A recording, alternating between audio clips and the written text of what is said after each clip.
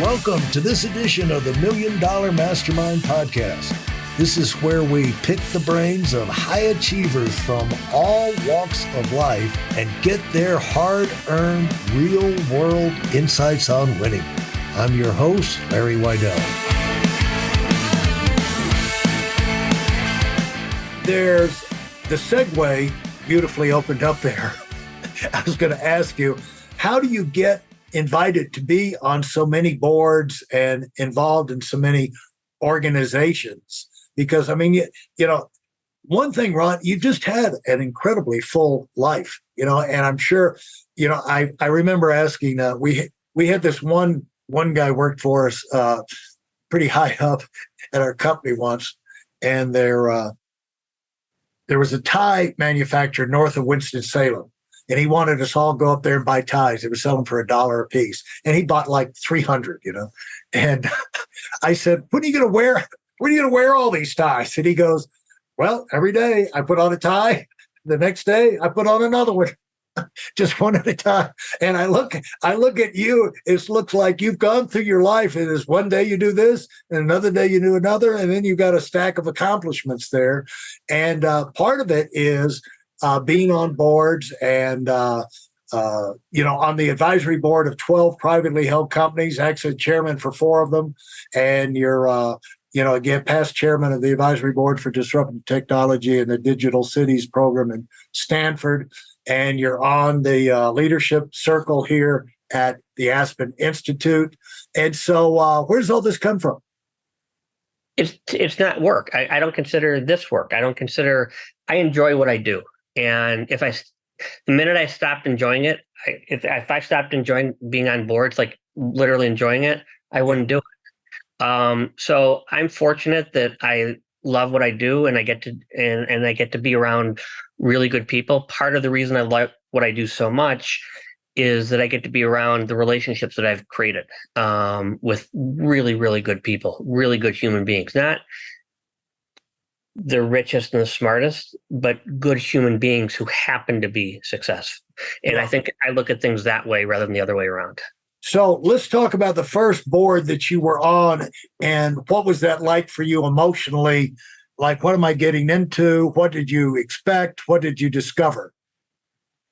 It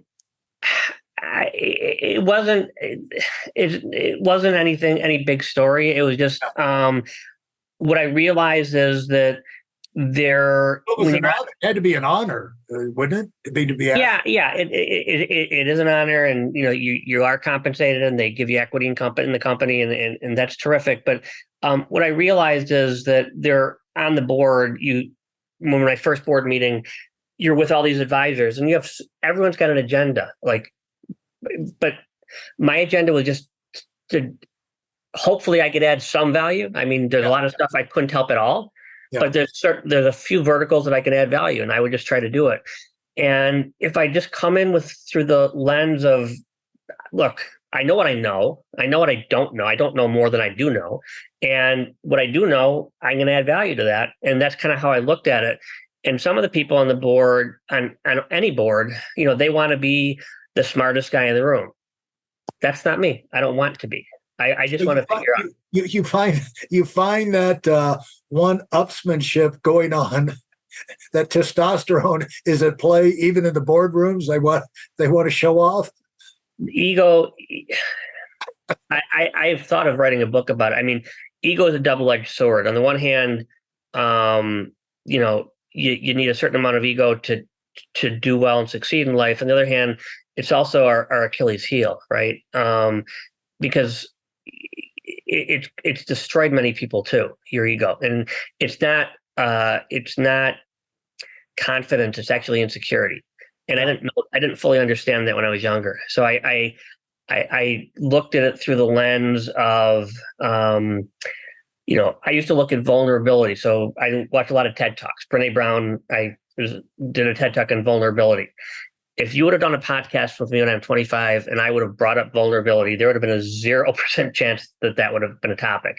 But I think the fact that we are vulnerable. So I share a couple in Tiger 21. It basically, it's a group of people that have had success, and we talk about different issues.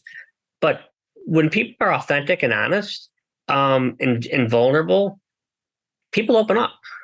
I was at the dog park the other day with a guy that I knew a little bit. Our dogs hung out a lot, and we knew each other for like a year and a half, but not that well. And then we were talking, and I was on the phone, and I was telling him what was happening. There was some issues that I was having with a kid, and I was just honest, like here's what it is. And then he opened up to me. He's like, "Yeah, I've got this." And so I just think that if you look at it, it's philosophical, but like we're all in it together. I mean, if you look at it like it's me against the world, and your life's going to suck. But if you look at it, how big is it? How big is the whole? I think you could live a much more content, happy, satisfied life. So the metrics that I use are probably the metrics that a lot of your listeners who are 25 use currently, and what they want to do, how they want to accomplish it, how much money they want to make, where they want to live, how they want to live, and all that. And I'm not minimizing that, but I'm saying you get to a point in life when enough's enough, and you just have to enjoy what you're doing, and you have to be real, and you have to be authentic. And Shakespeare's quote, "Be true to thyself." I think that's probably one of the most prophetic things anybody's ever said. I think it's really true. And so 12, you sit on the advisory board of 12 privately held companies, and you act as chairman for 4 of them. Isn't that, being chairman of a board, isn't that a time-consuming thing? It does consume time, but I will only do it if I know the people, if I really like the people, I really believe in the company. So if I get to hang out with a friend, for 4 hours every, month or so, okay, that I really like and respect, and I like what he's doing, it's not work. Yeah. I don't look at it as work. Well, let's talk about the not work side. One of the great things about being in business for yourself, having your own company, is you can take the time, you get the money, but making money. I've always felt sorry for guys that own, they own and manage the restaurant, because they're making a lot of money, but working 100 hours a week, and they never get away from it, because, you have the people problem, and the server didn't show up, and the manager stealing money, around the corner. And, it's just a rat race. And so many jobs you get out there where you have all the money, but you don't have any discretionary time. And then some places, they have plenty of discretionary time, they just don't make any money. And so how have you balanced that out with your life to where you do have the enjoyments, the recreation, the things that you want to do that are fun for you and your family to do? And what are some of those kind of things you've been able to do that maybe you wouldn't have been able to do working inside, a big, like Goldman Sachs or something like that? I think part of it, my dad passed at 57, and I think that had a big impact on my life. And I realized, life is very short, and when I'm 100 years old, hopefully, and I don't want to sit back and say, I wish I worked more. I don't think that's going to happen. Right. So it's really the relationships that you make. That's the key. I love to travel, so we get fortunate. We travel a lot as a family. I love to ski. We do that. So to me, I just think figuring out what's important to you. I don't read as much as I'd like to, but figuring out what's important to you. I've got friends who love being in Colorado and just love climbing, hiking every day. Right. And that's fantastic for them. I like it. I don't love it, but I like it. I like other things, but I just think that you have to find time for things you like, or what's the point? Yeah. And so the things that have been more, where in the world do you like traveling the most? Where do you go back to? I don't really. I try to go to different places. Our latest trip, it was in Italy. We went to Rome and Tuscany and Florence. I just like to see new things. I mean, you could live in a bubble. You can live in a bubble and never, and nobody will ever argue with you, and you're always right, and you live in this tiny little. But the world is like there's so much out there. So I just love to see stuff and experience stuff. Yeah.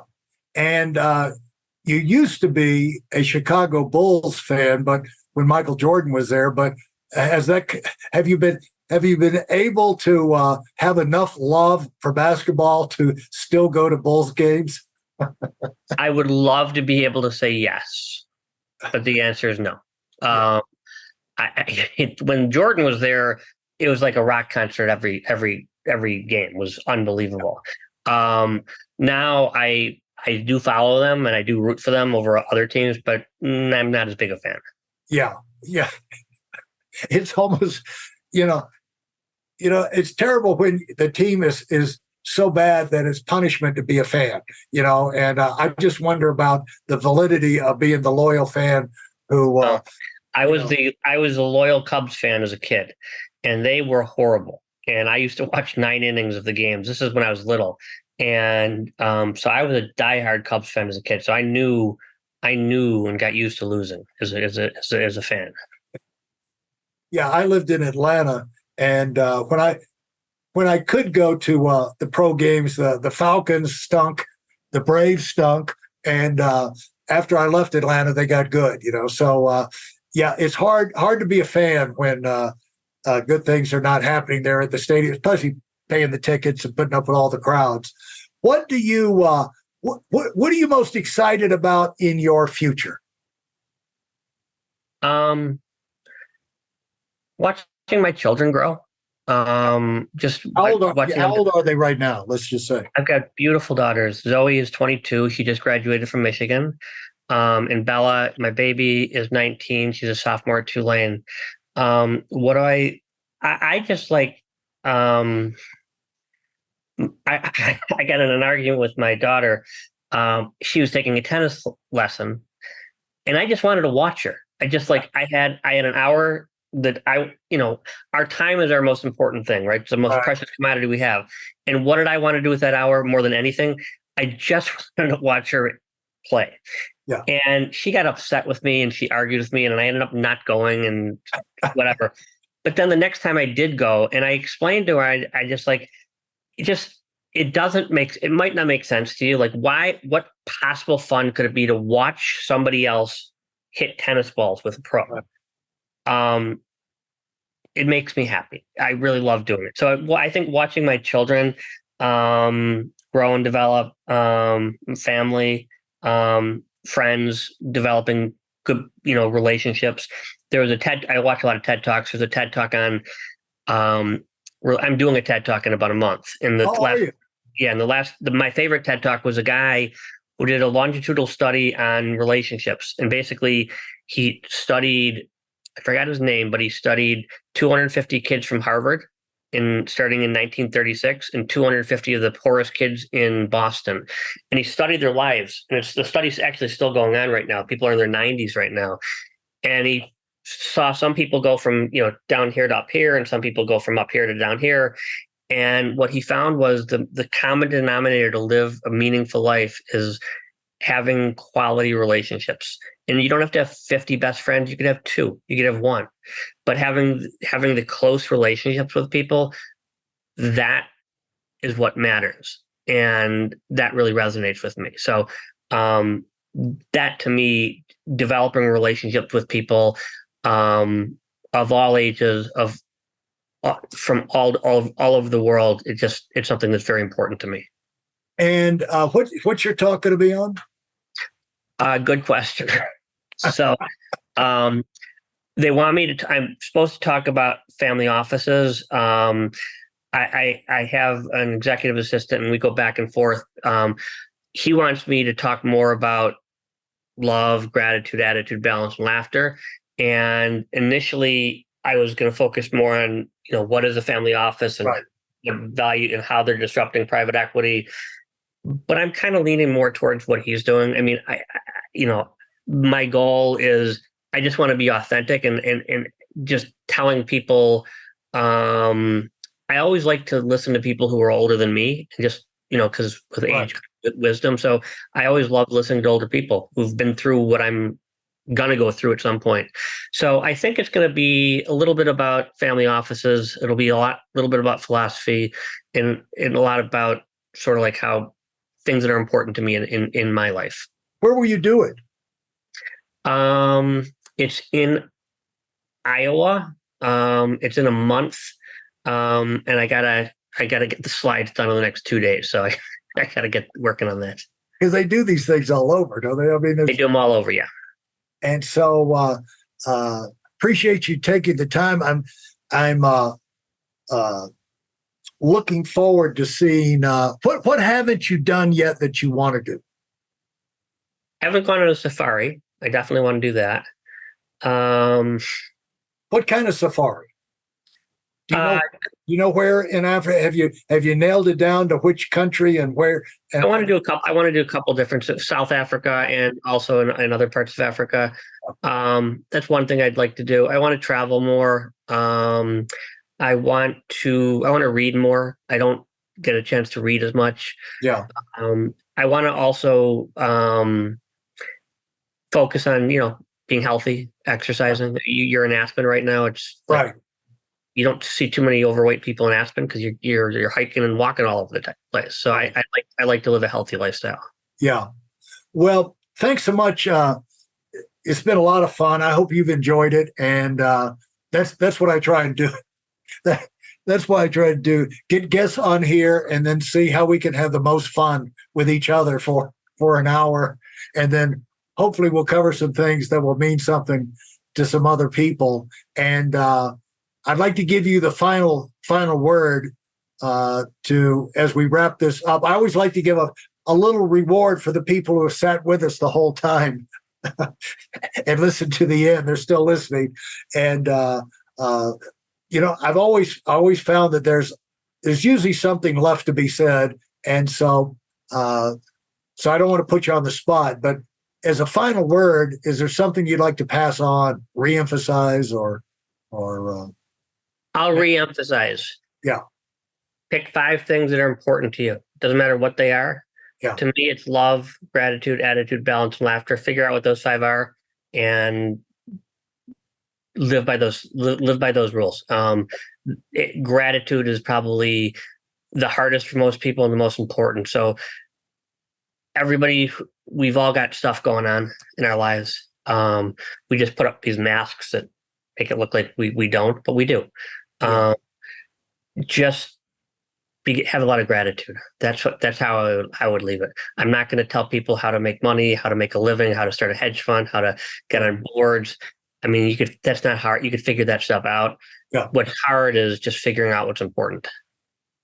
Hey, thanks so much, Ron. It's been a pleasure, and look forward to hearing about that TED Talk and the safari. It's been a pleasure. Thank you for your time. I really enjoyed it. Thanks so much, Ron. Goodbye. Bye-bye. Thanks for listening to the Million Dollar Mastermind. If you felt there were any valuable takeaways from this episode, please take a minute and leave us a 5-star review. Your feedback is important and really helps us get the word out to a wider audience. Remember, we have a valuable webinar that is absolutely free. Register for it right now at weidelonwinning.com. Thanks for listening.